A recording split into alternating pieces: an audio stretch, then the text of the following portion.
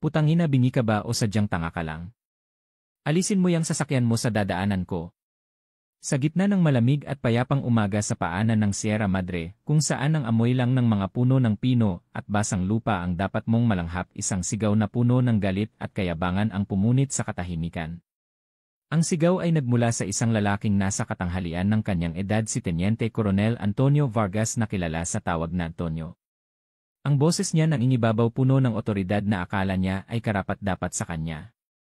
Nakaturo ang kanyang daliri sa isang makintab na itim na Ford Everest na nakaharang sa makipot na daan. Itong asong to, hindi mo ba ako kilala? Mga hamak na sundalo, sa tingin niyo ba kaya niyong harangan ang isang opisyal na tulad ko? Alis! Ngayon din. Sa likod ng madilim na salamin ng sasakyan, isang babaeng opisyal ang nakaupo. Simple lang ang itsura niya, walang kolorete sa mukha, at ang buhok niya ay maayos na nakatali sa isang bon. Kahit walang anumang palamuti ang bigat ng presensya niya, ang aura ng kapangyarihan na bumabalot sa kanya ay sapat na para gawing hangin lamang ang mga pagbabanta ni Coronel Vargas. Nanatili siyang kalmado sa loob ng sasakyan, tahimik siyang inoobserbahan. Ang mga mata niya matalas at malamig na para bang isang mga ngasong pinagmamasdan ang kanyang bibiktimahin.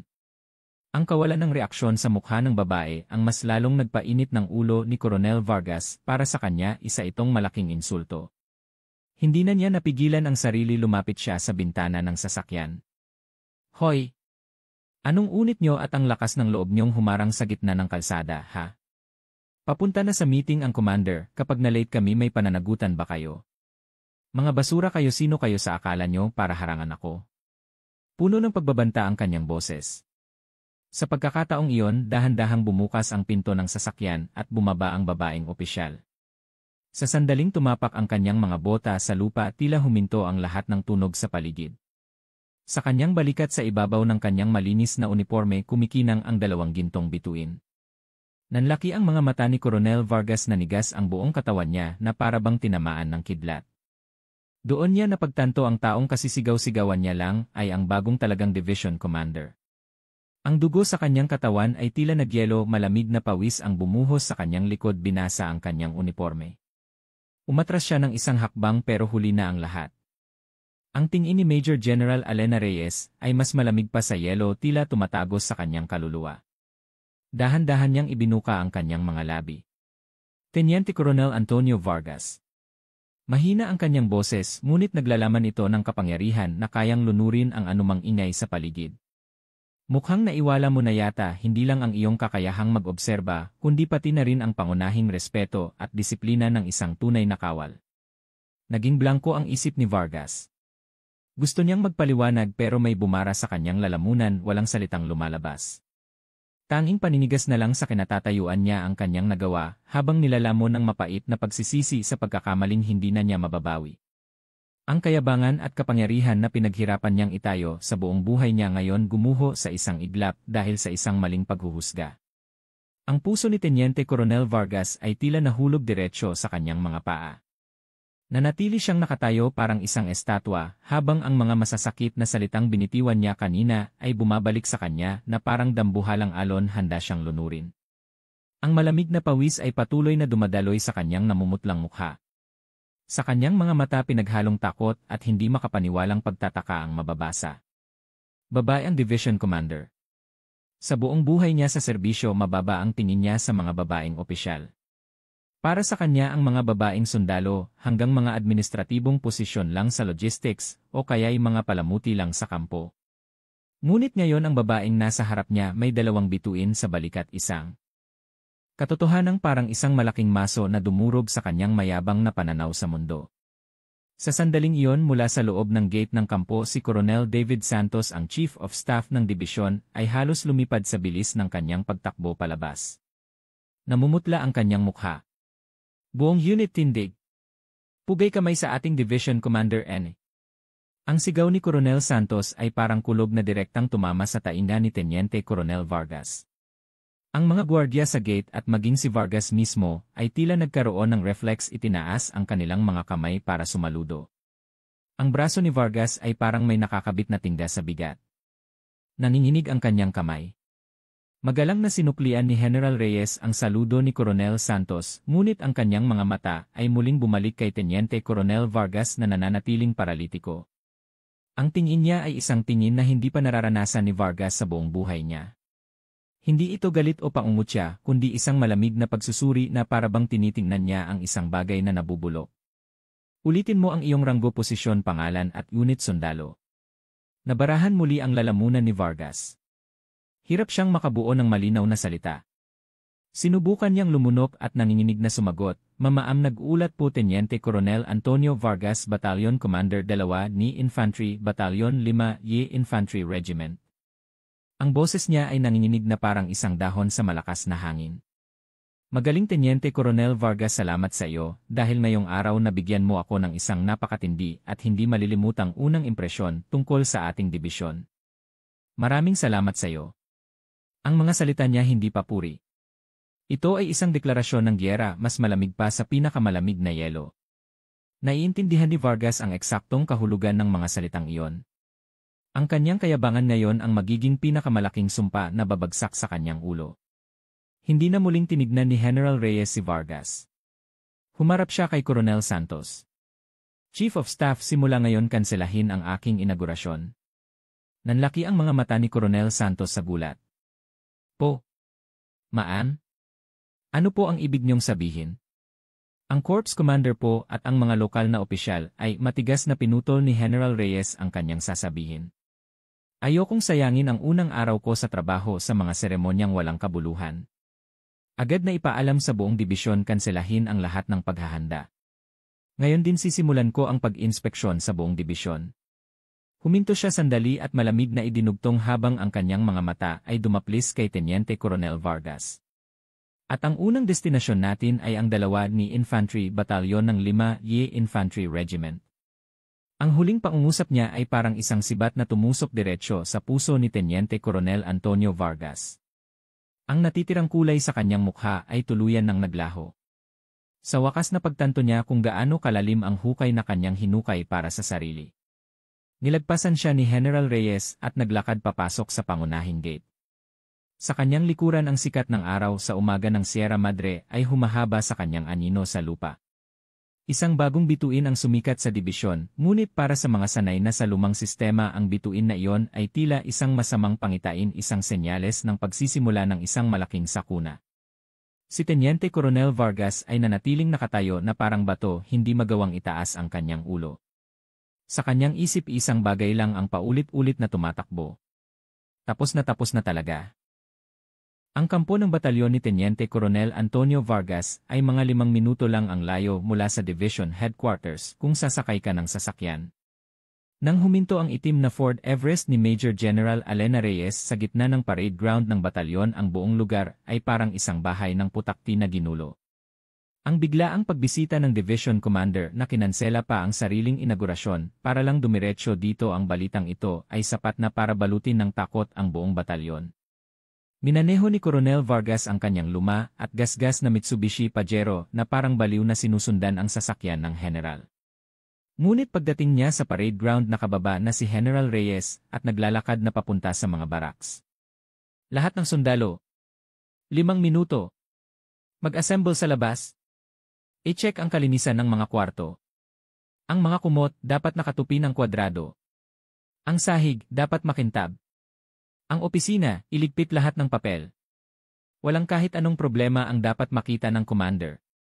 Ang sigawan ng mga opisyal at ang nagmamadaling mga yabag ng mga sundalo ay nagsama-sama lumikha ng isang magulong tanawin.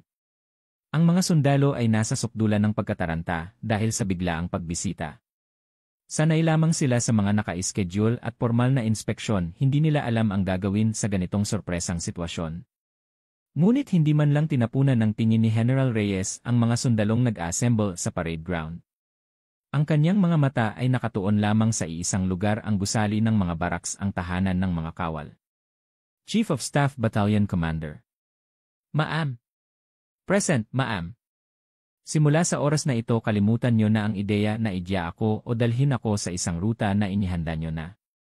Ako mismo ang titingin sa kung ano ang gusto kong makita." Malamig at desidido ang kanyang boses. Naglakad siya diretsyo sa pinakamalapit na gusali.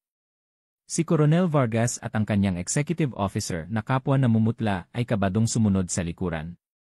Sa kanilang mga mukha kitang-kita ang takot at desperasyong makahanap ng paraan para pigilan siya. Naglakad si General Reyes sa pasilyo at huminto sa harap ng isang kwartong may nakasulat na Barracks 3. Walang pag-aalinlangan niyang binuksan ang pinto. Agad-agad isang amoy ng kulob at amag ang sumalubong sa kanyang ilong. Dahil sa pagmamadaling maglinis binuhusan nila ng tubig ang lahat kaya madulas ang sahig. Ang mga pader puno ng mga mansa ng amag. Ang hangin mabigat at nakakasakal. Ang mga sundalo ay nakatayo ng tuwid sa harap ng kanilang mga locker, ngunit ang tensyon sa kanilang mga mukha at ang kaba sa kanilang mga mata ay hindi maitatago. Tahimik na umikot si General Reyes sa loob ng kwarto. Ang kanyang mga mata matalas na parang isang scalpel ng siruhano. Yung pangatlong locker na yan, itinuro niya ang isang direksyon. Buksan mo. Si Private First Class Miguel de la Cruz, Miggy, sa mga kaibigan ang tinuro. Namutla ang kanyang mukha. Nanginginig niyang binuksan ang pinto ng kanyang locker. Sa unang tingin mukhang maayos ang pagkakatupi ng kanyang mga uniforme at damit. Ngunit itinuro ni General Reyes ang pinakaloob. Kunin mo lahat ng laman ng bulsa ng uniforme mo dyan. Napipilitang kinuha ni Miggy ang ilang mga bagay mula sa bulsa ng kanyang isang lumang first aid bandage na naninilaw na isang balat ng candy na may lupa at isang maliit na kwaderno. Agad na sumingit si Coronel Vargas. Ma'am. Kung i-check po ang personal na gamit ng sundalo medyo, ang malamig na boses ni General Reyes ang pumutol sa kanyang sasabihin. Koronel, bago natin pag-usapan ang personal na gamit sa loob ng militar, hindi ba't dapat mas inaalala mo muna ang maayos na pamumuhay ng mga sundalo sa unit mo? Natahimik si Vargas. Kinuha ni General Reyes ang kwaderno. Sa loob nito puno ng mga maikling sulat na may kasamang petsa. April 15 nag-report na masakit ang tuhod, humingi ng referral sa Station Hospital pero sinabihan lang na nag-inarte, hindi pinayagan. May 1-0 ipinatawag ni Sir para tumulong sa personal na gawain sa bahay niya, hindi nakasama sa evening formation. June 20 nakita si Sargento ni sa motorpool, kinukuha ang diesel ng unit at isinasalin sa sarili niyang sasakyan. Natakot ako, hindi ako nagsalita. Habang binubuklat niya ang kwaderno, mas lalong nagiging seryoso ang ekspresyon sa mukha ni General Reyes. Isinara niya ang kwaderno at ibinalik kay Jose de la Cruz. Salamat sa iyo, sigurado akong kinailangan mo ng malaking tapang para itago ito. Tinapik niya ng bahagya ang balikat ni Miggy. Ang maliit na kilos na iyon nagpapula sa mga mata ng batang sundalo. Lumakad si General Reyes papunta sa kabinet ng mga gamit panlinis sa isang sulok ng kwarto. Binuksan niya ito. Sa loob isang sirang walis at ilang basahan na mukhang bulok na basta na lang itinapon. Chief of Staff, ito ang kalagayan ng tinitirhan at kinakain ng mga sundalo ng ating dibisyon. Nakita mo na ba ang lahat? Ma'am, inaako ko po ang responsibilidad. Umalis si General Reyes sa kwarto, naglakad muli sa pasilyo. Dumaan siya sa banyo na may mga sirang tiles at naninilaw na mansa at huminto sa harap ng pinto ng Key E-Learning & Information Room sa dulo ng pasilyo. Ang pinto ay mahigpit na nakakandado. Bakit nakalock ang kwartong ito? Kabadong nagpaliwanag si Coronel Vargas. Ay kasi po, ma'am, karamihan po ng mga computer ay sira na, nag-request na po kami ng pondo para sa pagkumpuni. Hindi sumagot si General Reyes. Pinihit niya ang doorknob at itinulak. Sa loob ilang luma at maalikabok na computer lang ang nandoon. Ang mga upuan ay inalis na ginawang personal na bodega ng mga opisyal ang lugar. Yung request para sa pondo mamaya i-check ko. Kung nagsisinungaling ka, Koronel, dapat siguro handa ka nang hubarin ang unipormeng yan. Walang bahid ng biro sa kanyang boses. Lalong namutla ang mukha ni Vargas. Ang sumunod na lugar ang mess hall. Oras na ng paghahanda para sa tanghalian at ang mess hall ay isang tunay na larawan ng kapabayaan.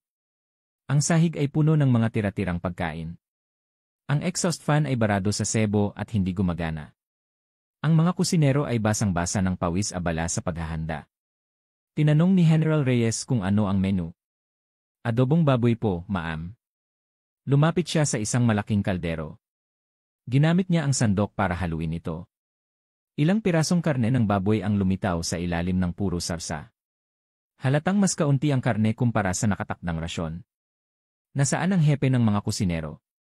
Ako po, ma'am. Isang matabang lalaki ang nagmamadaling lumapit. Ito ang tanghalian ng mga sundalo natin ngayon? Opo, ma'am.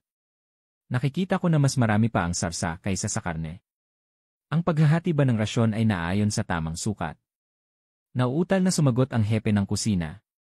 Kami-kami po ay ginagawa ang lahat para masigurado, ma'am.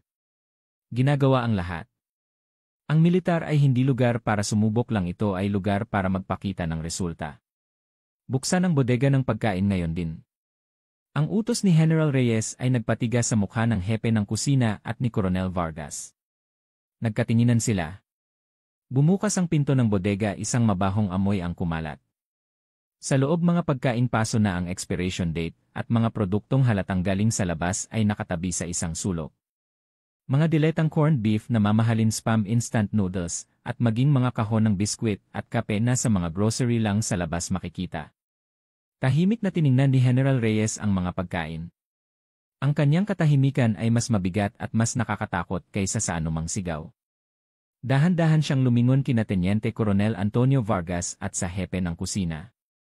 Ang kanyang mga mata tila nagsasabing, ang mga kasalanan nyo, alam ko na ang lahat. Teniente Coronel Vargas. Ma'am. Present, ma'am. Ngayong tanghalian sasabayan mo akong kumain, kasama ng mga sundalo dito, ang kakainin mo eksakto kung anong kinakain nila. At sa hapon kailangan kong suriin ang lahat ng papeles at dokumento na may kinalaman sa pamamalakad mo sa batalyon na ito. Walang kulang kahit isang piraso, dalhin mo sa akin agad-agad. Hindi iyon isang simpleng utos, iyon ang simula ng isang paghuhukom. Si Teniente Coronel Antonio Vargas ay napalunok. Ang kalangitan sa Sierra Madre ay mataas pa rin at bughaw, ngunit sa kanyang paningin ang lahat ay tila nilamon na ng kadiliman. Ang sikat ng araw sa katanghalian ay tumatagos sa mga bintana ng mess hall, ngunit ang hangin sa loob ay nananatiling malamig. Halos 300 sundalo, hawak ang kanilang mga tray ng pagkain, ang nakapila. Walang nagsasalita. Ang buong mess hall ay nababalot ng isang mabigat na katahimikan. Ang mga mata ng lahat ay nakatuon sa iisang lugar. Ang bagong talagang division commander, si Major General Alena Reyes, ay mag-isang nakaupo sa isang lumang mesang para sa 4 na tao sa gitna ng mess hall. Ang pagkain niya walang pinagkaiba sa pagkain ng ibang sundalo. Ilang pirasong karne ng baboy na lumalangoy sa puro sarsang adobo, kaunting kangkong na lantana at isang mangkok ng kanin na malamig at tuyo. Kumakain siya ng dahan-dahan at maingat na parabang tinatamasa ang isang mamahaling pagkain sa isang sosyal na restaurant. Sa tapat niya si Teniente Coronel Antonio Vargas ay parang nakaupo sa ibabaw ng nagbabagang uling. Hindi niya magawang hawakan ang kanyang mga kubyertos, tanging ang kabadong pagtingin lang sa ekspresyon ni General Reyes ang kanyang ginagawa, basang-basa na ng pawis ang kanyang likod. Nararamdaman niyang nag-init ang kanyang mukha, sa isiping lahat ng sundalo sa mess hall ay pinagtatawanan siya. Sa normal na araw siya ang laging may dagdag na karne, pero ngayon hindi niya malunok kahit isang butil ng kanin. Nasa kalagitnaan na ng pagkain si General Reyes nang tahimik niyang ibinaba ang kanyang mga kubyertos. Lumingon siya sa mga sundalong kumakain. Huminto ang kanyang tingin sa isang mesa, ang mesa ni Private First Class Miguel de la Cruz, ang sundalong nakausap niya sa barracks kaninang umaga. Tumayo siya, dala ang kanyang tray ng pagkain at naglakad papunta doon. Ang biglaang kilos ng division commander ay halos ikamatay sa gulat ng mga sundalo sa mesang iyon. Nagmamadali silang tumayo, akmang sa saludo. Umupo kayo. Ang mahinang boses ni General Reyes ang nagpabalik sa kanila sa kanilang mga upuan. Natural siyang umupo sa bakanteng silya at inilapag ang kanyang tray. Pasensya na kung naabala ko ang pagkain nyo, gusto ko lang sanang makisabay para mas masaya. Isang napaka-ordinaryong pangungusap, ngunit ang bigat nito ay hindi biro. Isang Major General ng hukbong katihan ng Pilipinas nakikisalo sa pagkain sa mga sundalong may ranggong private. Ito ay isang eksena na hindi nila pinangarap na mangyari sa buong buhay nila sa serbisyo. Masarap ba ang pagkain, mga kasama? Sa tanong niya walang nangahas sumagot. Lahat ay nakayuko, nakatingin sa sariling plato. Isang nakakailang nakatahimikan ang bumalot sa kanila. Bahagyang umiti si General Reyes. Sige na, kung sasabihin niyong masarap, nagsisinungaling kayo. Alam ko dahil kinakain ko rin. Sa totoo lang, itong ulam na to kung ipakain ko sa aso sa kampo, baka isnabin pa. Ang prangka niyang biro ang nagparelax ng kaunti sa mga balikat ng mga sundalo. Ilan sa kanila ay hindi napigilang matawa. Nang makita ito tiningnan ni General Reyes si Yesay de la Cruz at nagtanong, "Ikaw, Yesay de la Cruz kaninang umaga napansin kong hindi maganda ang kalagayan ng tuhod mo. Nakakaapekto ba sa training?" "Ayos lang po, ma'am." "Hindi ka mukhang ayos. Sabihin mo na ang totoo, malay mo kayang solusyonan ng division commander nyo." Ang mainit ngunit matatag niyang tingin ang nagpaalinlangan kay Miggy. Sumulyap siya kay Coronel Vargas. Nagkunwari si Vargas na hindi nakatingin ngunit ang buong sistema niya ay tensyonado na parang isang kwerdas ng gitara. Kinuyom ni Yesay de la Cruz ang kanyang mga kamay. Naisip niya kung hindi siya magsasalita ngayon walang magbabago. Kinuha niya ang lahat ng kanyang lakas ng loob at nanginginig na nagsalita. "Nag-ulat po, ma'am, mayroon po akong chronic arthritis pero sa station hospital pain reliever lang po ang binibigay. Sa batalyon naman po hindi ako binibigyan ng exemption sa training. Natatakot po akong sabihan na nag-inarte, kaya hindi na po ako nagrereklamo." Nanginginig ang kanyang boses ngunit malinaw ang kanyang sinasabi. Ang matapang na pag-amin ni Miggy ang nagsilbing mitsa para sa iba. Isang sundalo sa tabi niya ang nagsalita rin. "Nag-ulat po, ma'am, ang tatay ko po ay malubha ang sakit. Humingi po ako ng emergency leave pero hindi po inaprubahan ng unit dahil daw maraming gawain. Sa huli po hindi ko na naabutan ang tatay ko ng buhay." Nangingilid ang luha sa mga mata ng sundalong iyon. Isa-isa ang mga tinig na matagal ng kinimkim ay nagsimulang lumabas. Problema sa mga uniforme at gamit na hindi na ibibigay ng kumpleto. Mga opisyal na inaabuso ang kapangyarihan para mag-utos ng personal na gawain. Mga walang katuturang utos na magtrabaho sa labas. Ang mahigpit na kontrol sa pag-apruba ng leave. Ang mga kwento nila ay mga testimonya na naglantad sa tunay na kalagayan ng batalyon, isang sugat na nagnanana at malapit ng pumutok. Tahimik na nakinig si General Reyes, walang pinalampas na kahit isang salita. Hindi siya nagbigay ng mga gasgas ng pang-aliw o mga padalos-dalos na pangako. Tinignan niya sila diretsyo sa mata, ginamit ang buong pagkatao niya para ipakita na naiintindihan niya at tinatanggap ang kanilang mga hinaing.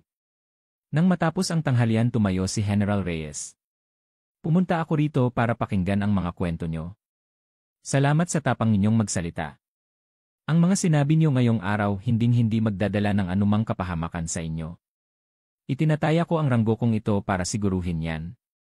Siya mismo ang kumuha ng kanyang tray at naglakad papunta sa lugar kung saan inilalagay ang mga tirang pagkain. Lahat ng sundalo sa mess hall ay napigil ang hininga habang pinapanood ang eksenang iyon. Sa kanilang mga mata hindi na takot ang makikita, kundi isang maliit na kislap ng pag-asa at pananabik. Ang hangin sa loob ng opisina ng battalion commander ay parang tingga sa bigat. Sa malaking mesa sa gitna ng kwarto ang mga tambak ng dokumento na dinala ni Teniente Coronel Antonio Vargas ay kasing taas na ng bundok. Mga logbook ng labas-masok ng gasolina, mga ulat sa resulta ng training, mga papeles ng maintenance ng mga gamit, mga dokumento tungkol sa bilang ng mga sundalo at logistics, lahat ng bagay tungkol sa operasyon ng batalyon ay naroon. Si Major General Alena Reyes ay nakasuot ng salamin, nakaupo ng tuwid, binubuklat ang bawat pahina ng mga dokumento. Sa tabi niya ay si Chief of Staff David Santos at si Teniente Coronel Benigno Cruz, ang head ng Inspector General's Office ng dibisyon, na kadarating lang matapos ipatawag. Si Teniente Coronel Vargas ay nakatayo lang sa isang sulok, balisang pinapanood ang bawat kilos nila. "Hepe ng Inspector General, pag-aralan mo para sa akin ang quarterly consumption ng gasolina ng batalyon na ito at ikumpara mo sa average ng buong dibisyon sa nakalipas na 2 taon. Sumunod sa utos ni General Reyes si Teniente Coronel Cruz, mabilis na nag-type sa kanyang laptop, pinag-aralan ang datos. "Nag-ulat po, ma'am, ang average monthly consumption ng gasolina ng bawat truck sa batalyon na ito ay mas mataas ng 18% kumpara sa average ng buong dibisyon. Lalo na po ang konsumo tuwing weekend at holidays ay hindi normal ang taas. Walang training tuwing weekend pero bakit ang lakas gumamit ng gasolina?" Ipinagtabi ni General Reyes ang logbook ng gasolina at ang trip ticket ng mga sasakyan. Huminto ang kanyang daliri sa isang entry. "Coronel Vargas, tingnan mo ito, Sabado, October 15, nakasulat sa trip ticket na isang truck ang tumakbo ng 50 kilometro para sa landscaping sa paligid ng kampo, kumonsumo ng 20 litrong diesel. Pero sa logbook ng gasolina nakasulat na 100 litro ang inilabas sa bodega. Saan napunta ang natitirang 80 litro? Namutla si Vargas. Baka po nagkamali lang sa pagsusulat, ma'am. Nagkamali po ang clerk namin. Nagkamali? Isang mapanuyang ngiti ang gumuhit sa labi ni General Reyes. Ang ganitong pagkakamali ay naulit na ng 12 beses sa nakalipas na 6 na buwan. Ang nawalang diesel na yon kung pagsasama-samahin sapat na para punuin ang isang malaking drum. Sa tingin mo ba talaga simpleng pagkakamali lang ito? Hindi na niya hinintay ang sagot. Lumipat siya sa susunod na tambak ng dokumento. Ito ay ang ulat sa resulta ng Combat Readiness Test. Sa papel ang batalyon na ito ay isa sa mga nangunguna sa buong dibisyon. Lalo na ang resulta sa marksmanship at ang 20-kilometer rock march ay walang katulad. Chief of Staff, ikumpara mo ang ulat sa bilang ng mga sundalo ng batalyon at ang listahan ng mga aktwal na sumali sa Combat Readiness Test noong nakaraang quarter para sa akin. Habang nagkukumpara si Coronel Santos ay kumunot ang kanyang noo. Ma'am, mayroon pong hindi tama. Hindi po tugma ang listahan. Sa panahon ng test maliban sa mga naka-confine at naka-leave sa kabuang 312 na sundalo may 27 na wala sa record. Tumango si General Reyes.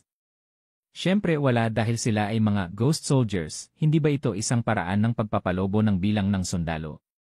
Dahil maraming absent makakaapekto sa resulta kaya kinuha ang mga lumang record ng mga magagaling na sundalong hindi naman sumali sa test para ipasok sa ulat para gumawa ng isang peking report.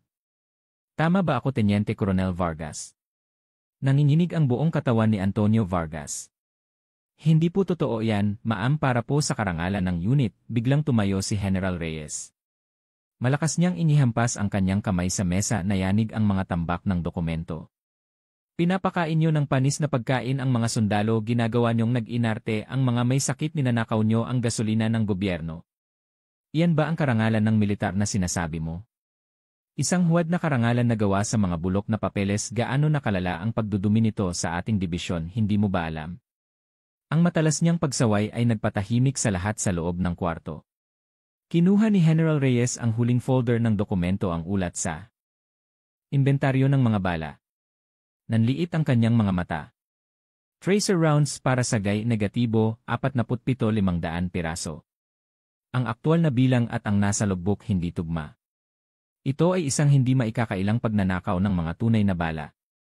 Teniente Coronel Vargas, hindi ka lang lumabag sa ordinaryong disiplina, nakagawa ka ng isang mabigat na krimen na yumayanig sa pundasyon ng ating hukbo. Tila matutumba na si Teniente Coronel Vargas. Sa huli napaluhod siya sa sahig. Mamaam, bigyan niyo po ako ng isa pang pagkakataon. Akuhin ko po ang lahat ng responsibilidad at itatama ko ang mga pagkakamali ko. Pakiusap po, ma'am. Nagsimula siyang magmakaawa, ngunit ang mga mata ni General Reyes ay hindi natinag. Itinuro niya ang mga bituin sa kanyang balikat. Teniente Coronel Antonio Vargas, alam mo ba ang bigat ng mga bituing ito? Hindi lang ito simpleng karangalan ng aking pagkatao. Ito ang buhay ng libu-libong sundalo ng dibisyon na aking pinamumunuan, ito ang tiwala ng kanilang mga pamilya, at ito ang responsibilidad na ipinagkatiwala ng sambayanan sa ating hukbo. Hindi ko maaaring talikuran ang sagradong tungkuling iyan. Malamig niyang ibinigay ang kanyang huling desisyon. Hip ng Inspector General. Ma'am. Agad na tanggalin sa pwesto bilang batalyon commander ng 2 ni Infantry Battalion, 5 Li Infantry Regiment si Teniente Coronel Antonio Vargas. Ang pansamantalang pamumuno sa batalyon ay ibibigay sa Regiment Executive Officer. Kasabay nito i-escort si Coronel Vargas pabalik sa opisina ng Inspector General at simulan ang opisyal na investigasyon simula ngayon. Halughugin ang lahat ng kanyang opisina, bahay at mga kaugnay na lugar. Ipatawag ang lahat ng may kinalaman para linawin ang katotohanan. Walang dapat makalusot kahit isang detalye. Yes, ma'am. At Chief of Staff. Ma'am. Bukas ng alas 9 ng umaga magpatawag ng isang emergency command conference sa main hall ng division headquarters. Lahat ng opisyal mula sa ranggong regiment commander pataas ay dapat dumalo. Walang excuse. Marami akong gustong sabihin sa mga opisyal ng dibisyon na ito. Tiningnan ni General Reyes si Antonio Vargas na nakaluhod at wasak na sa kanyang paanan. Sa kanyang mga mata walang galit o pangungutya, tanging ang malamig na determinasyon ng isang siruhano na tinatanggal ang isang bulok na bukol. Nagsisimula pa lang siya sa proseso ng paghihilom sa mga sugat ng dibisyon. Kinabukasan alas 9 ng umaga sa malaking bulwagan ng dibisyon ang puso ng unit ay nababalot ng isang tensyon na hindi pa nararanasan dati. Mahigit 200 opisyal mula sa ranggong regiment commander at katumbas nito ang nakaupo sa loob. Bawat isa sa kanila ay may matigas na ekspresyon sa mukha. Mula sa mga major hanggang sa mga koronel sila ang gulugod at utak ng dibisyon. Ang katahimikan ay kasing bigat ng mga ranggo sa kanilang mga balikat dumadagan sa buong espasyo. Kagabi ang balita tungkol sa pagkakatanggal sa pwesto at pag-aresto kay Teniente Coronel Antonio Vargas ay kumalat na parang apoy sa buong dibisyon. Hindi lang iyon isang simpleng desisyon sa personnel, iyon ay isang malaking bato na inihagis sa isang tahimik na lawa at ang mga alon nito ay bumabasa na sa paa ng bawat commander.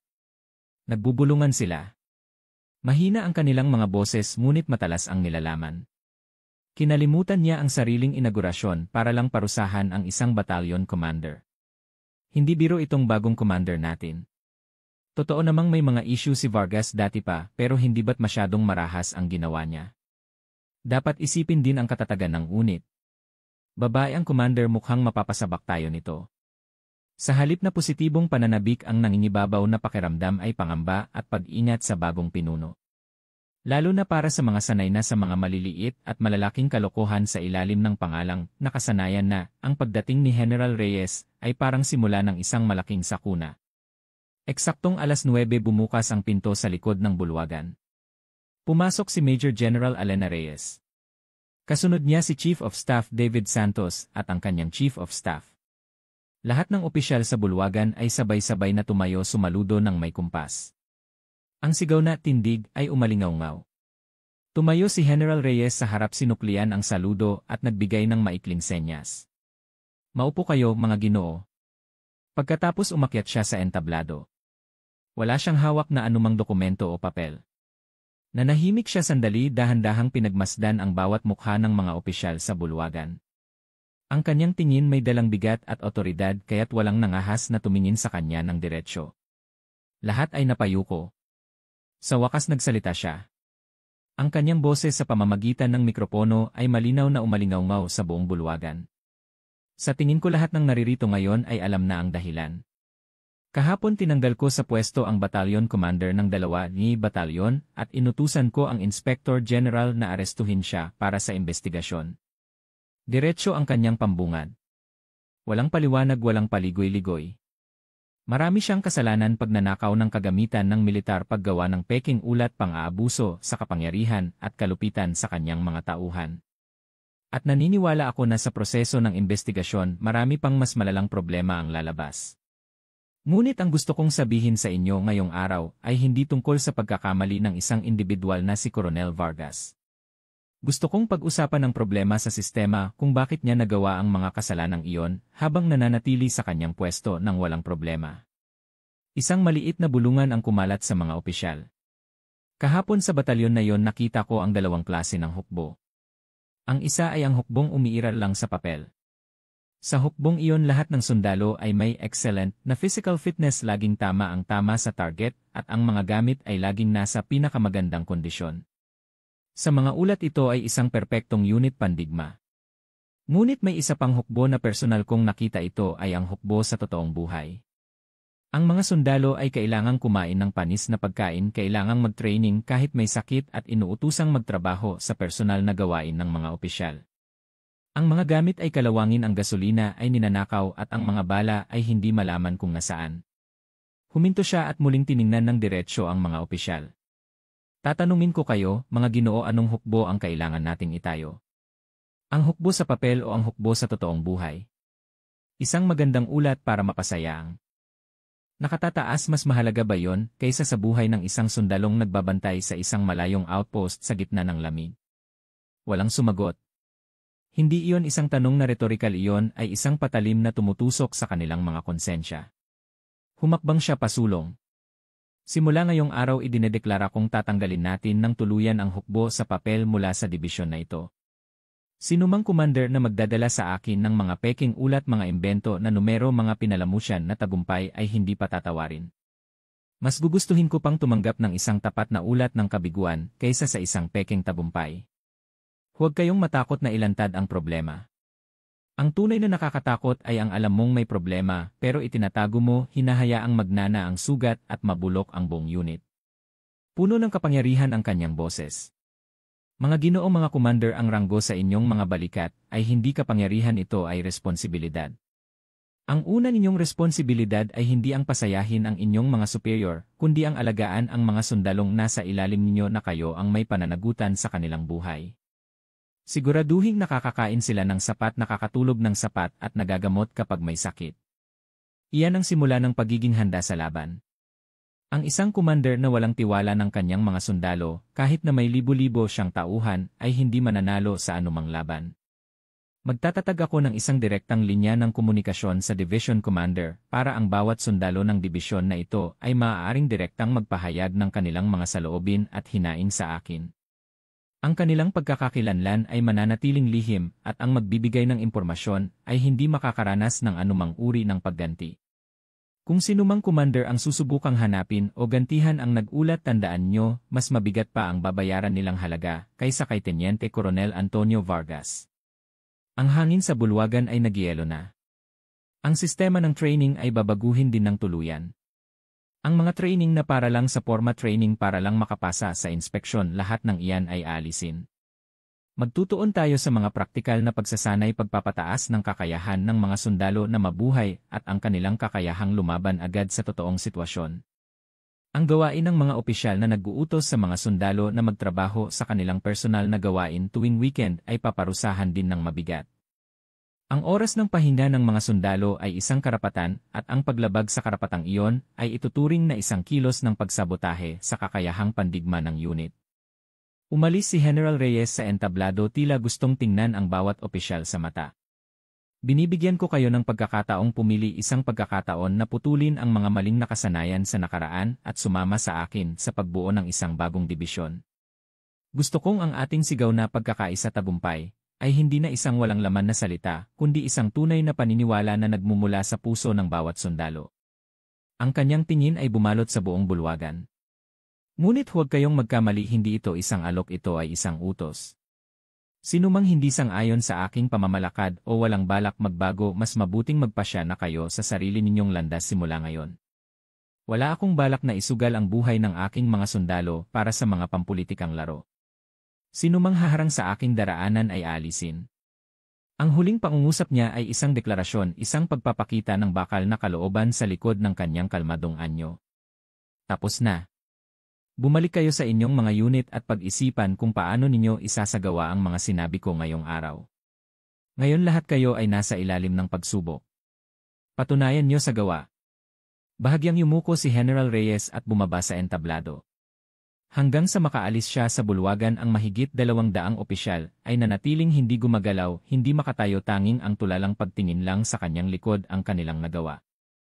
Nang mawala na sa paningin si General Reyes, ang nagyelong hangin sa bulwagan ay nagsimulang matunaw. May mga bumuntong hininga, may mga kumuyom ng kamao na may determinasyon sa mukha. Sa mukha ni Chief of Staff David Santos, isang komplikadong emosyon ang dumaan, pangamba, ngunit mayroon din kislap ng pag-asa na baka sa wakas magkakaroon sila ng pagkakataong maging tunay na mga sundalo. Sa kabilang banda, ang mukha ng ilang regiment commanders ay nagdilim. Sila rin tulad ni Antonio Vargas, iba lang ang antas, ay sanay na sa mga lumang kalakaran. Para sa kanila, ang talumpati ni General Reyes ay hindi isang plano para sa reforma, kundi isang matinding babala na nakatutok sa kanila. Ang pagbabago sa dibisyon ay nagsisimula pa lang. Ang daan sa hinaharap tiyak na hindi magiging madali, puno ng mga pagtutol at mga lihim na alitan. Ang bagyong iniwan ng talumpati ni Major General Elena Reyes ay sumama sa mga commander pabalik sa kani-kanilang mga unit. Ang ilan ay may dalang matibay na determinasyon, ang ilan ay nalunod sa malalim na pag-isip at mayroon ding mga hindi maitago ang kanilang pagkainis. Si Coronel Ricardo "Ricky" Morales, ang commander ng 8th Lee Infantry Regiment, ay kabilang sa huli. Pagkarating pa lang sa kanyang opisina, inis niyang inihagis ang kanyang sombrero sa mesa. Nasa edad 50 na siya, nagtapos sa Philippine Military Academy at ang buong karera niya ay isang serye ng pag-angat dahil sa mga koneksyon at paksyon. Para sa kanya, ang militar ay hindi lang isang organisasyon para lumaban at manalo, kundi isang lugar para makilala ng nakatataas at ma-promote. Ang pagdating ni General Reyes ay isang malaking insulto, isang pagtanggi sa buong karera niya. Makatarungan ba yon, Major Haizon?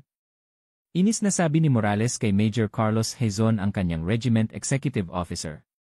Isang babae na hindi natin alam kung saan nang galing, may 2 bituin darating dito at babaguhin ang mga nakasanayan na natin sa loob ng 30 taon sa isang iglap. Peking ulat imbento na numero, kung wala ang mga yan paano mo pamamahalaan ng maayos ang isang unit? Kung lahat ng bagay i-report mo sa headquarters, sa tingin mo pupurihin ka? Pinunasan ni Major Haizon ang kanyang pawis, hindi komportable ang itsura. Pero sir, ang mga sinabi po ni Ma'am Commander ay may punto rin naman po, lalo na po sa kapakanan ng ating mga sundalo. Kapakanan? Kapakanan? Militar ito, hindi charity. Sa gitna ng laban, hihingi ka pa ng masarap na pagkain at magandang itsura. Ang mga bata ngayon mahihina na tapos isisisi pa sa unit. Noong panahon namin, tamang-tama sa pagsisimula ng kanyang noong panahon namin, nalitan niya, isang opisyal ang kumatok at pumasok. Nag-ulat po, sir, may direktiba po mula sa division. Tungkol po sa pagtatatag at pagpapatakbo ng direktang linya ng komunikasyon sa division commander.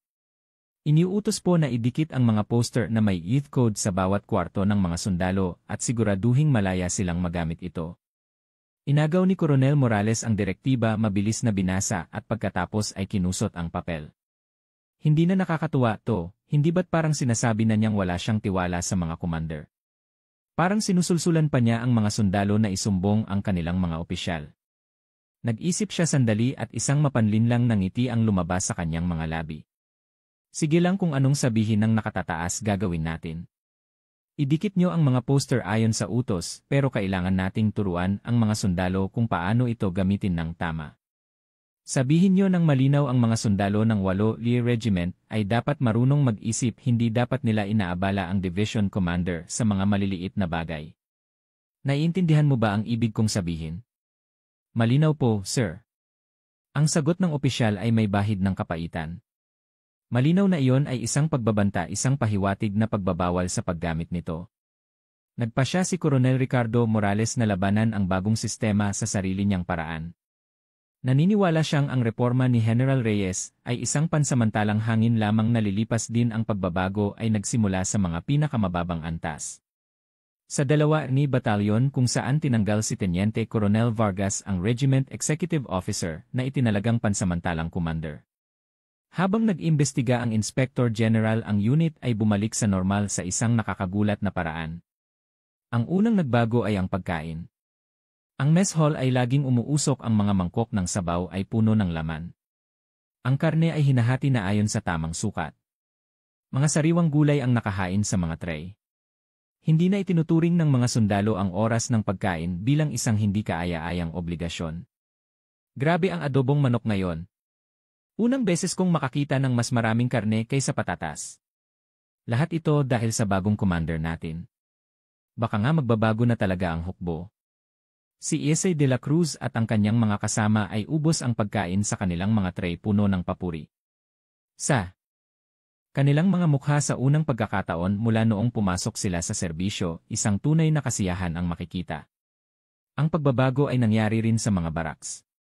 Ilang araw lang pagkatapos ng utos ng Division Commander, ang mga taga-logistics ay personal na dumating para suriin at planuhin ang pagkumpuni ng mga sirang tiles at ang paggamot sa mga pader na may amag. Ang e-learning room, na dating tinutubuan lang ng damo, ngayon ay may ilang bagong computer na at malayang nagagamit ng mga sundalo sa takdang oras. At sa wakas, sa bulletin board ng barracks, isang poster na may pamagat na "Tinig ng Kawal" ang idinikit. Tinignan ng mga sundalo ang youth code nang may pagtataka, ngunit walang nangahas na ilabas ang kanilang mga telepono para iskan ito. Hindi sila naniniwala sa pangako ng proteksyon sa kanilang pagkakakilanlan. Ang takot na gantihan ay pumipigil sa kanila. Ilang araw ang lumipas, isang gabi hindi makatulog si Jose de la Cruz. Ang sakit sa kanyang tuhod ay lalong lumalala. Pinayagan na siya ng pansamantalang commander na pumunta sa station hospital, ngunit sinabi pa rin ng mga mediko na wala namang kakaiba at binigyan lang siya ng pain reliever. Ang takot na baka tuluyan na siyang maging baldado ay bumalot sa kanya. Kinuha niya ang lahat ng kanyang lakas ng loob, dahan-dahang bumangon sa kanyang kama at lumabas sa tahimik na pasilyo. Nanginginig ang kanyang kamay, inilabas niya ang kanyang telepono at iniskan ang e-code sa bulletin board. Isang bintana para sa anonymous na mensahe ang lumitaw. Maingat niyang tinipa ang bawat letra, ipinapaliwanag ang kanyang kalagayan. Para po sa ating Division Commander, ako po si Private First Class Miguel de la Cruz ng 2 ni Batalyon, 5 Regiment. Mayroon po akong chronic arthritis, ngunit hindi po nalulunasan ng tama sa aming unit. Umaasa po akong masuri sa isang mas malaking ospital ng militar. Pakiusap po, ma'am, tulungan niyo po ako. Bahagyang nanginginig ang kanyang daliri nang pinindot niya ang send. Ang maliit na tinig na ito mapapakinggan kaya. Dala ang pag-aalala at pag-asa, bumalik siya sa kanyang kama. May ugali si General Reyes na pumunta sa kanyang opisina ng alas 5 ng umaga. Ang kanyang araw ay nagsisimula sa pag-check ng mga mensaheng dumarating sa tinig ng kawal sa magdamag. Sa mga unang araw, karamihan ay mga biro o walang kwentang mensahe. Hindi siya nawala ng pag-asa, itinuring niya iyon bilang boses pa rin ng mga sundalo at binasa niya lahat. Isang umaga huminto ang kanyang mga mata sa isang mensahe, ang mensahe ni Ese de la Cruz. Agad niyang tinawagan ang kanyang Chief of Staff. Mag-ayos ka ng appointment para kay Private First Class Miguel de la Cruz, 2 ni Batalyon, 5 Lee Regiment sa Orthopedics Department ng Luna General Hospital. Ngayon din ako na ang direktang mag-uutos sa kanyang unit, ihanda siya para umalis agad. Yes, ma'am. At tawagin mo ang Chief Medical Officer ng dibisyon, papuntahin mo sa opisina ko ngayon din. Ilang sandali pa, isang namumutlang Chief Medical Officer ang pumasok. Ikinuwento ni General Reyes ang kaso ni Ese de la Cruz at malamig na nagtanong, ang mga mediko ba ng dibisyon natin ay mga albularyo lang na hindi makilala ang pagkakaiba ng simpleng pilay at ng isang chronic na sakit? Isang sundalo na paulit-ulit na nagrereklamo ng sakit pero pain reliever lang ang binibigay, tama bang proseso yan? Ma'am, dahil po sa dami ng sundalo, hindi po namin, huwag kang magdahilan. Ngayon din suriin mong muli ang lahat ng listahan ng mga sundalong pinaghihinalaang may chronic na sakit o may mga senyales na napapabayaan sa paggamot at i-report mo sa akin. Kung makaligtaan mo, kahit isa lang, ikaw ang unang maghuhubad ng uniforme. Ang utos niya ay mabilis at tiyak. Nang hapong iyon, si Ese de la Cruz ay lulan na ng sasakyan papuntang Luna General Hospital sa utos mismo ng Division Commander. Ang balitang ito ay kumalat sa buong batalyon sa isang iglap. Ang tinig ng kawal talagang gumagana. Ang Division Commander talagang nakikinig at nilulutas ang problema ng mga sundalo. Iyon ang patunay ng tiwala, mas malakas kaysa sa anumang slogan. Simula sa araw na iyon, ang tinig ng kawal ay nakakatanggap ng dose-dosenang tapat na kwento araw-araw. Isang buwan pagkatapos ng reforma ni General Reyes, isang malinaw na hangin ng pagbabago ang umiihip na sa buong dibisyon. Ngunit ang hangin na iyon hindi umaabot sa lahat ng lugar ng pantay. Isang araw biglang dumating si General Reyes para suriin ang paghahanda para sa tactical exercise ng 8 Lee Regiment. Pagdating niya sa lugar, ang tanawin ay hindi maganda.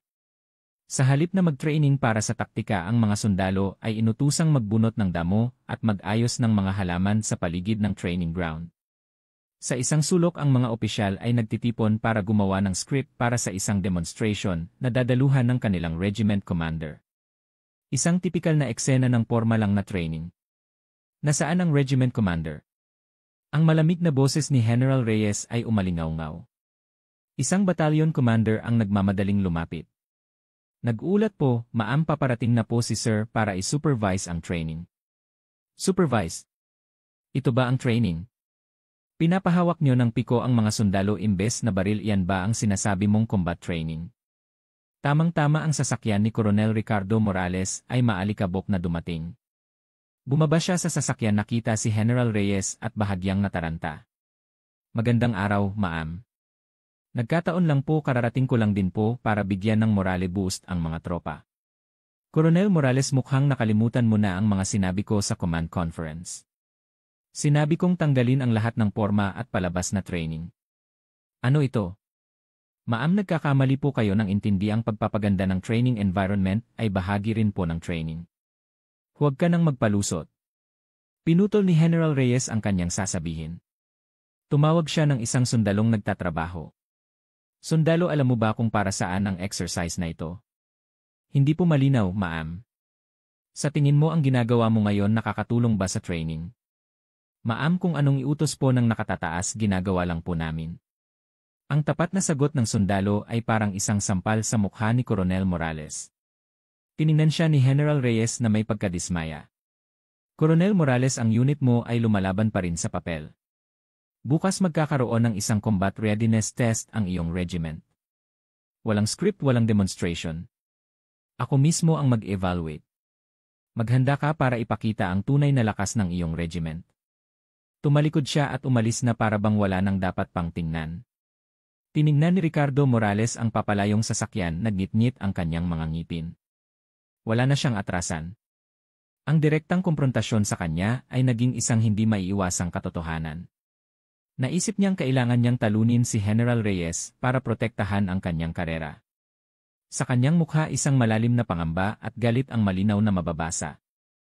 Kinabukasan, ang hangin sa tactical training ground ng 8 Lee Regiment ay mas malamig at mas tensyonado kaysa kahapon.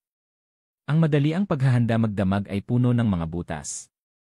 Ang mga mukha ng mga opisyal ay halatang puyat at natataranta. Sinubukan ni Coronel Ricardo Morales na magmukhang kalmado, ngunit ang walang tigil na panginginig ng kanyang mga binti ay naglantad sa kanyang kaba. Mali pa rin ang kanyang pagtatasa sa sitwasyon. Hindi naman siguro gagawa ng eksena ang isang division commander para ipahiya ang isang regiment commander sa publiko. Pananakot lang siguro to. Naniniwala pa rin siya sa lohika ng politika na nagpaangat sa kanya sa buong buhay niya sa serbisyo. 8:00 ng umaga huminto ang sasakyan ni Major General Elena Reyes sa harap ng command post. Nakasuot siya ng combat uniform, may helmet kumpleto sa gamit. Ang kanyang mga mata walang emosyon, tanging ang lamig ng isang tagasuri. Simula ng pagsusuri sa kahandaang pandigma ng 8 Lee Regiment. Itinaas niya ang kanyang kamay para pigilan ang formal na ulat ni Coronel Morales at dumiretso sa war table. Sitwasyon, 8:10 ng umaga, isang Special Forces team ng kalaban ang nakalusot sa border pumasok sa lugar ng Mount Balagbag na sakop ng inyong regiment. 8:15 sa pangunahing supply ruta na Highway 7, may nakitang usok na hindi malaman ang pinanggalingan, pinaghihinala ang kemikal. 8:20 isang sibilyang sasakyan ang naligaw at pumasok sa restricted area. Regiment Commander, agad na resolbahin ang sitwasyon at magbigay ng utos sa iyong mga unit. Simulan. Blanko ang isip ni Coronel Morales. Hindi ito isang simpleng pagsusuri tulad ng inaakala niya. Ito ay isang pinakamasamang sitwasyon. 3 komplikadong problema na sabay-sabay nangyari, sinusubok ang talino ng isang commander. Espesyal na puwersa ng kalaban, sandatang chemical protection sa sibilyan, walang problemang maaaring baliwalain. Pawis ang tumulo sa kanyang noo. Sa kanyang pagkataranta, pinili niya ang pinakapamilyar at pinakamadaling ipagyabang na solusyon. Executive Officer. Utusan ng 1 Eri Batalyon. Buong puwersa kumpleto sa gamit palibutan ang Mount Balagbag. Ang Reconnaissance Company umalis na rin. Ang unang utos niya ay isang malaking pagkakamali. Regiment Commander. Ang boses ni General Reyes na kasing talas ng patalim ay umalinggaw sa buong command post. Ang pangunahing supply ruta ay posibleng may chemical na lason. Hindi ka nag-utos sa mga unit na mag-ingat o maghanap ng ibang daan, pero nagpadala ka na agad ng tropa. Plano mo bang ipasok ang iyong mga sundalo sa isang pugad ng lason bago pa man mahuli ang kalaban? Nagpatuloy siya, nasaan ang chemical warfare unit? Agad na mag-utos ng decontamination. At paano ang sibilyang sasakyan? Hindi mo ba isinaalang-alang ang posibilidad na gawing hostage ng kalaban ang mga sibilyan? Sa iyong plano, mas mahalaga ba ang tagumpay sa pagpatay sa kalaban kaysa sa buhay ng iyong mga sundalo at ng mga sibilyan? Sa sunod-sunod na tanong ni General Reyes, hindi makasagot si Coronel Morales. Ang kanyang isip ay gulong-gulo na. Naguguluhan ang commander, ang sistema ng pamumuno ay nagsimulang maparalisa. Ang mga utos ay ibinigay ng magulo. Ang mga batalyon na handa nang umalis ay biglang nakatanggap ng utos na may chemical alert. Nagmamadaling naghanap ng gas mask ang Reconnaissance Company, ay hindi nakatanggap ng malinaw na ruta, nakatayo lang at naghihintay sa command post. Ang linya ng komunikasyon ay puno ng mga walang kwentang ulat at sigawan. Walang kahit isang putok ng baril, ngunit ang 8 Lee Regiment ay gumuho mula sa loob. Malamig na pinanood ni General Reyes ang kaguluhan ni Coronel Morales. Binigyan niya siya ng pagkakataon, ngunit hindi niya nagawang lumabas sa kanyang sariling mundo ng kayabangan at mga lumang kalakaran. Malinaw na ang resulta. Nakita niyang hindi na kailangan pang manood. Inilipat niya ang kanyang tingin kay Major Carlos Hizon, ang executive officer. Hindi tulad ni Morales, si Hizon, kahit na naguguluhan ay sinusubukang unawain ang sitwasyon. Major Hizon. Ang tawag ni General Reyes ay nagpagulat kay Hizon. Ma'am. Present, ma'am. Simula ngayon iparating mo ang aking mga utos sa lahat ng unit. Una, isara ng tuluyan ang Highway 7. Utusan ng Chemical Warfare Team na simulan ang decontamination. Lahat ng tauhan at gamit ay dapat nakasuot ng protective gear at maghintay sa labas ng area. Pangalawa, ang lokasyon ng sibilyang sasakyan ay malayo sa lugar kung saan pumasok ang kalaban. Unahin ang proteksyon ng mga sibilyan. Ipadala ang kalahati ng reconnaissance company at ang military police sa lugar agad-agad para iligtas at dalhin ang mga sibilyan sa isang ligtas na lugar. Pangatlo, ang Special Forces Team ng kalaban ipadala ang Charlie Company ng 1st Batalyon, ang unit na pinakakabisado ang terrain ng Mount Balagbag. Mag-set up ng isang ambush sa halip na palibutan sila. Ang dibisyon ay magpapadala ng isang Special Forces Team bilang suporta. Ang misyon ay hulihin sila ng buhay, hindi patayin. Ang mga utos ni General Reyes ay malinaw at mabilis na parang agos ng tubig. Ang komplikadong sitwasyon ay biglang nalutas sa isang nakakagulat na paraan. Nanginginig na isinulat ni Major Hizon ang kanyang mga utos. Sa kanyang mga mata isang malinaw na pagkamangha at paggalang ang makikita. Ito ang tunay na imahe ng isang commander. Sa tabi ang mukha ni Coronel Ricardo Morales ay tuluyan ng namutla. Hindi niya maintindihan ang mga utos na narinig niya. Sa kanyang isip puro mga tanong. Bakit unahin ang mga sibilyan? Bakit hulihin ng buhay at hindi patayin? Ito ay lubos na naiba sa lohika ng militar na pinag-aralan niya sa buong buhay niya. Kinuha ni General Reyes ang radyo at direktang nakipag-ugnayan sa mga unit. Ang kanyang boses ay puno ng otoridad at katiyakan. Charlie Company, malinaw ba? I-report ang kasalukuyang posisyon. Mag-set up ng killing zone. Huwag munang makipaglaban, hintayin ang aking pagdating sa lugar. Sa ilalim ng kanyang direktang pamumuno ang mga sundalo ay nagsimulang kumilos ng maayos. Hindi na sila naguguluhan at kumikilos ng may pagkakaisa. Ang tiwala sa commander ay nagpataas sa kanilang kakayahang lumaban isang buhay na patunay sa harap mismo ng kanilang mga mata. Ilang sandali pa ibinaba ni General Reyes ang radyo at lumingon kay Ricardo Morales. Ang kanyang mga mata ngayon ay wala ng emosyon, tanging ang lamig ng isang commander na nakagawa na ng desisyon. Coronel Morales, ngayong araw na wala sa iyo ang karapatang maging isang commander. Nang magkaroon ng komplikadong sitwasyon, nakalimutan mo ang pinakapangunahing prinsipyo, ang protektahan ang buhay ng iyong mga sundalo at ng mga sibilyan, at inisip mo lang ang tagumpay. Ito ay isang kakulangan sa pangunahing katangian ng isang commander.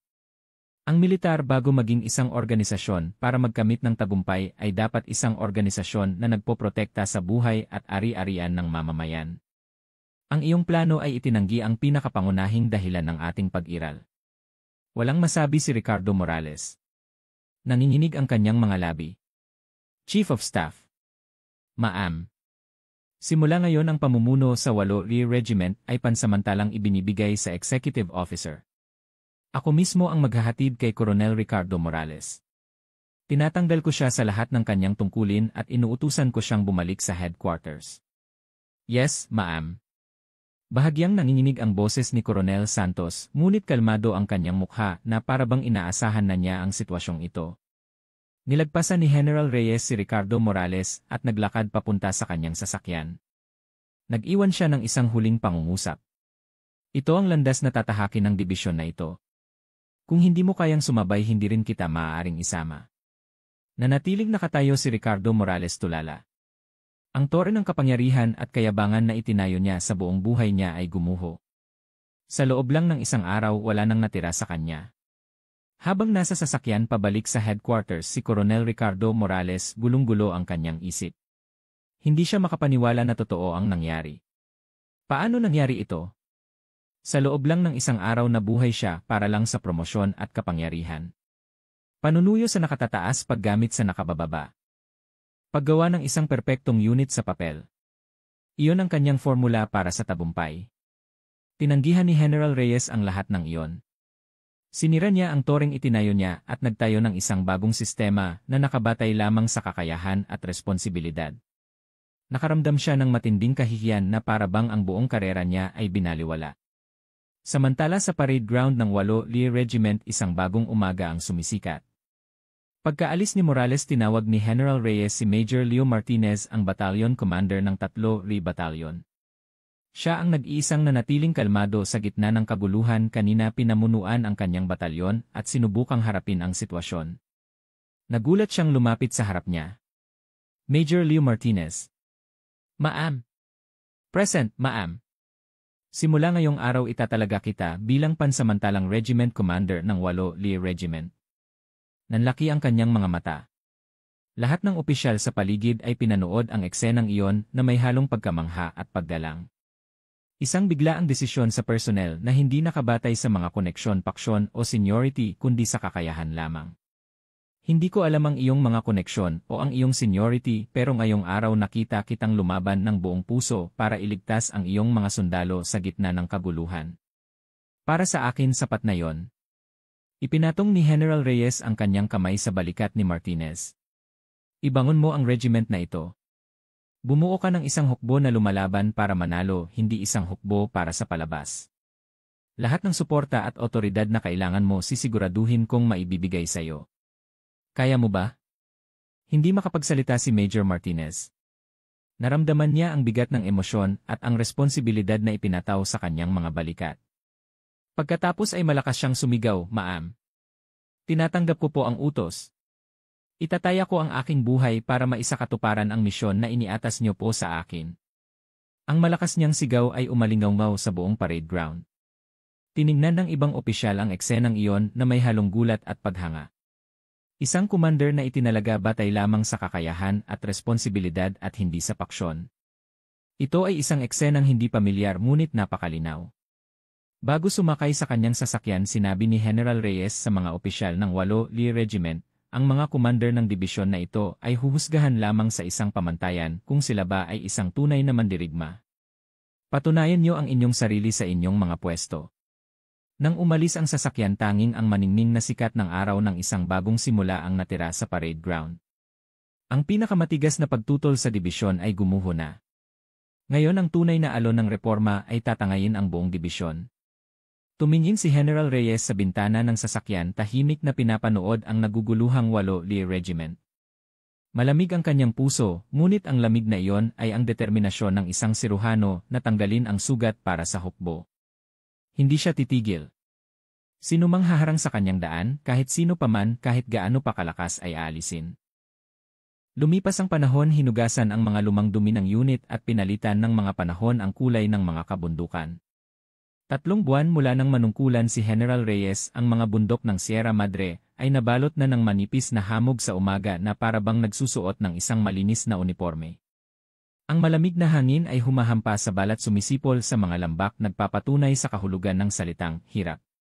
Sa gitna ng hirap na iyon ang winter tactical training ng dibisyon ay puspusan. Ngunit ang itsura ng training ay lubos na naiiba na. Ang mga sundalo na kumikilos sa putikan ay may suot na modernong kagamitan at sa ilalim ng kanilang mga face mask ang kanilang mga mata ay nagliliwanag sa konsentrasyon sa halip na pagod. Wala nang mga unit na nakapila sa tabi ng daan para sa palabas o para magpakitang gilas sa mga lugar na madaling makita. Bawat unit ay malayang kumikilos ayon sa pabago-bagong sitwasyon sa peking larangan ng digmaan. Lalo na ang pagbabago sa 8 Lee Regiment ay kahanga-hanga. Sa ilalim ng pamumuno ng pansamantalang regiment commander na si Leo Martinez ipinakita ng 8 Lee Regiment ang pinaka-epektibo at malikhaing taktika.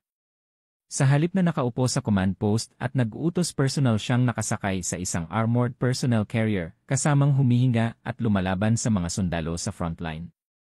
Nang sumigaw siya ng insugod, ang mga sundalo ay walang pag-aalinlangang sumigaw at sumugod sa putikan. Hindi iyon pagsunod dahil sa takot kundi tapang na nagmumula sa tiwala. Sa isang tabi ng training ground isang mobile field kitchen ang umuusok. Mga mangkok ng mainit na sopas ang ipinamimigay sa mga sundalo. Ito ang field logistics system na unang binago ni General Reyes pagkaupo niya. Ipinag-utos niyang sa halip na malamig na si rations, ang mga sundalong nagte-training sa lamig ay dapat kumain ng mainit na pagkain. Grabe ibang-iba to sa pagkain sa kampo. Mula noong dumating ang bagong commander gumanda talaga ang buhay sundalo. May lakas kang kumain, may lakas kang lumaban. Habang pinapainit ng mga sundalo ang kanilang mga nanlalamig na kamay hinihigop nila ang mainit na sabaw. Ang init na kumakalat sa kanilang mga mukha ay hindi lang init ng pagkain ito ay ang pakiramdam na nirerespeto sila ang init ng pagtrato sa kanila bilang tao. Mula sa malayo umiti si General Reyes habang pinapanood ang eksenang iyon. Si Coronel David Santos ay nakatayo sa tabi niya at nag-uulat.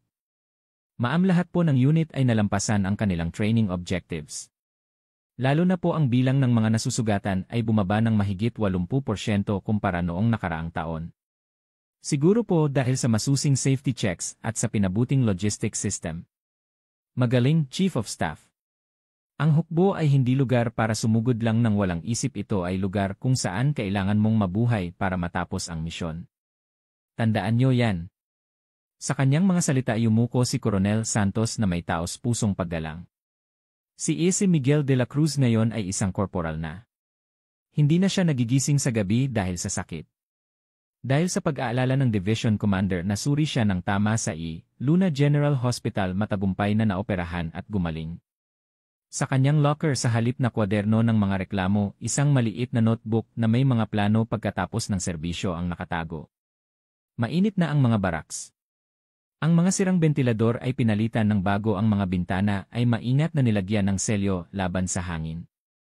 Ang bulletin board ng itinig ng kawal ngayon ay hindi na lugar para magreklamo kundi naging lugar na para magmungkahi. Sir, ngayong weekend pwede po ba nating ayusin ang mga gamit sa UN? Parang nasasayang po ang espasyo. Magandang ideya yan. Susubukan kong i-propose ng opisyal. Isang kultura kung saan hindi natatakot ang mga tao na magbigay ng opinyon at ang mga makatwirang opinyon ay tinatanggap. Ito ang pinakamatamis na bunga mula sa butil ng tiwala na itinanim ni General Reyes. Nang gabing iyon, isang pamilyar na mukha ang lumabas sa balita sa RI. Ito ay isang ulat tungkol sa resulta ng investigasyon sa mga maling gawain ng mga opisyal ng militar. Kasama na ang dating Tenyente Coronel Antonio Vargas at ang dating Coronel Ricardo Morales. Ang kanilang mga krimen ay inilantad at ang mabigat na sentensya ng military court ay inihayag. Si Vargas ay hinatulan ng 5 taong pagkakakulong para sa pagnanakaw ng gasolina, pang-aabuso sa kagamitan ng militar at paggawa ng pekeng ulat. Si Morales ay hinatulan ng 3 taong pagkakakulong para sa kapabayaan sa pamumuno at pang-aabuso sa kapangyarihan. Ang mga sundalong nanonood ng AI ay tahimik na naglipat ng channel. Para sa kanila ang mga taong iyon ay hindi na mahalaga. Ang kanilang hukbo ay sumulong na. Nang taong iyon, isang malakas na bagyo ang tumama sa rehiyon. Sa loob lang ng isang gabi nagkaroon ng malawakang pagbaha at landslide na putol ang mga kalsada sa lugar na sakop ng dibisyon. Lalo na ang ilang mga outpost sa kabundukan ay tuluyang nahiwalay. Nang matanggap ang ulat, walang pag-aalinlangan si General Reyes na magpatawag ng isang emergency meeting. Chief of Staff agad na makipag-ugnayan sa Provincial Disaster Risk Reduction and Management Office. Kailangan nating magtulungan sa paglilinis ng mga daan. Hindi sapat ang gamit ng ating engineering battalion. Ang militar at ang sibilyan ay dapat magtulungan. Hindi ito tulong sa sibilyan, ito ay isang pinagsanib na operasyon. Yes, ma'am. Humingi ng suporta mula sa Air Force para sa mga helicopter agad-agad. Ang unang prioridad ay ang paghahatid ng mga pangunahing pangangailangan at gamot sa mga nahiwalay na outpost. Ang gamot at pagkain ang pinakamahalaga. Ang tao ang una. Malinaw at praktikal ang kanyang mga utos. Kung dati marahil ang utos ay ipadala ang mga sundalo para maglinis sa abot ng kanilang makakaya. Ngunit hindi niya itinulak ang kanyang mga sundalo sa panganib ng walang pag-ingat, ginamit niya ang lahat ng available na resources para hanapin ang pinaka-epektibong paraan. Personal siyang sumakay sa helicopter papunta sa mga nahiwalay na outpost. Hinawakan niya ang nanlalamig na kamay ng isang sundalong nagbabantay. Pagod na kayo, mga kasama. Konting tiis pa, huwag ninyong kalimutan na nasa likod ninyo ang buong dibisyon. Ang balita na ang Division Commander ay sumuong sa panganib para puntahan ang mga outpost ay kumalat ng mas mabilis pa sa bagyo. Mas lalong nagsipag ang mga sundalo sa paglilinis, hindi na ito isang obligasyon, kundi isang laban para iligtas ang mga kasama. Dahil sa mabilis na pinagsanib na operasyon ng militar at sibilyan ang mga naputol na daan ay mas maagang nabuksan kaysa sa inaasahan. Walang ni isang nasawi o nasaktan. Ang kwento ng matagumpay na pagharap sa krisis na ito ay nailathala sa unang pahina ng mga pahayagan at nakakuha ng atensyon ng Department of National Defense. Ilang araw pa ang mismong Chief of Staff ng Armed Forces of the Philippines ay gumawa ng isang hindi opisyal na pagbisita sa dibisyon. Sa gabay ni General Reyes nakita niya ang bagong mukha ng unit. Ang mga mata ng mga sundalo na puno ng buhay ang kumpiyansa ng mga opisyal ang sistema ng praktikal na training paulit-ulit siyang tumango sa paghanga. Ang dalawa ay nakatayo sa isang observation deck kung saan tanaw ang buong kabundukan. Ang malamig na hangin ay dumadampi sa kanilang mga pisngi. Nagsalita ang Chief of Staff. Major General Reyes, sa totoo lang noong una nag-alala ako. Isang babaeng commander sa isang pangunahing dibisyon sa isang sensitibong lugar, hindi rin biro ang pagtutol sa loob. Pero ngayong nandito ako nakikita kong sobra ang pag-aalala ko. Hindi mo binago ang hukbo, ibinalik mo lang ang hukbo sa kung ano talaga dapat ito. Ito ay isang taos-pusong papuri mula sa pinakamataas na commander. Sinagot ito ni General Reyes ng isang saludo. Salamat po, sir. Ngunit hindi po ito gawa ng isang tao lang. Ito po ay resulta ng pagsisikap ng lahat ng sundalo ng dibisyon na naniwala at sumama sa pagbabago. Pagkaalis ng Chief of Staff nanatili si General Reyes sa observation deck nakatingin sa malalayong bundok. Sa nagyelong lupa ang hininga ng tagsibol ay nagsisimula ng maramdaman. Ang mahaba at malamig na taglamig ng dibisyon na nagsimula. Kasabay ng kanyang pag-upo ay malapit ng matapos. Lumapit si Coronel David Santos, ipinatong ang isang jacket sa kanyang mga balikat.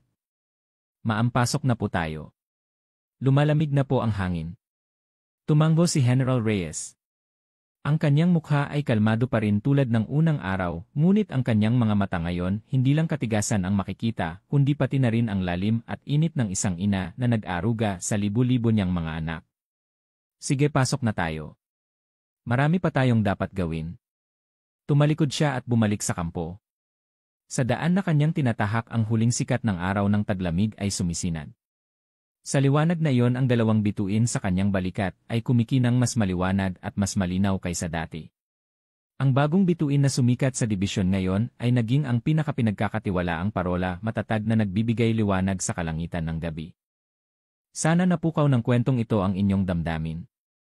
Ipinapakita nito na ang tunay na pamumuno ay hindi tungkol sa ranggo o kapangyarihan, kundi tungkol sa responsibilidad, integridad, at tunay na pagmamalasakit sa mga taong iyong pinamumunuan. Kung nagustuhan niyo ang kwentong ito, huwag kalimutang i-like ang video na ito, mag-iwan ng komento sa ibaba tungkol sa kung anong aral ang nakuha niyo at i-share ito sa inyong mga kaibigan at pamilya na mahilig sa mga kwentong tulad nito. At syempre, kung bago ka pa lang dito, pindutin mo na ang subscribe button at ang notification bell para hindi ka mahuli sa mga susunod pa nating mga makabagbag damdaming kwento. Maraming salamat sa inyong pakikinig. Hanggang sa muli. Putangina, bingi ka ba o sadyang tanga ka?